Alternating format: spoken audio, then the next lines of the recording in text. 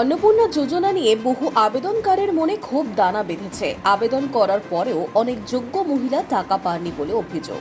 সেই সূত্র রাজ্যের নানা প্রান্তে বিক্ষোভের অবরোধের ঘটনা অবধি ঘটেছে।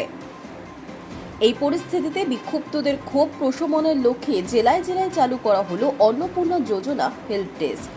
সেখানে কি কি সুবিধা মিলছে জেনে নেওয়া যাক। অগাস্টেও অন্নপূর্ণা যোজনার টাকা না পেয়ে রাজ্যের নানা প্রান্তের মহিলারা বিক্ষোভের পথ বেছে নিয়েছেন। সেই ক্ষোভ প্রশমনে হেল্প ডেস্ক চালু করা হয়েছে। প্রথম দিন থেকেই সেখানে যথেষ্ট ভিড় চোখে পড়ছে বলে খবর। ময়নাগুড়ি শহরে পুরসভা ভবনে অন্নপূর্ণা যোজনা হেল্প ডেস্ক চালু করা হয়েছে।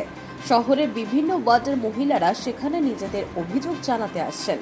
প্রশাসনের বিরুদ্ধে হয়রানির অভিযোগের পাশাপাশি তাদের প্রশ্ন, একবার আবেদন করার পরেও ফের কেন তাদের স্বঘোষণাপত্র জমা দিতে হচ্ছে।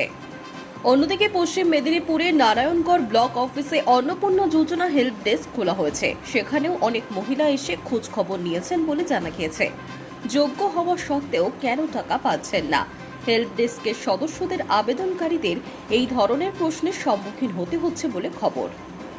রাজ্যে পালা বদলের পর গত জুন মাস থেকে অন্নপূর্ণা যোজনা চালু হয়েছে। তবে অভিযোগ ৩ মাস হয়ে গেলেও বহু যোগ্য মহিলা এই প্রকল্পের টাকা পাননি।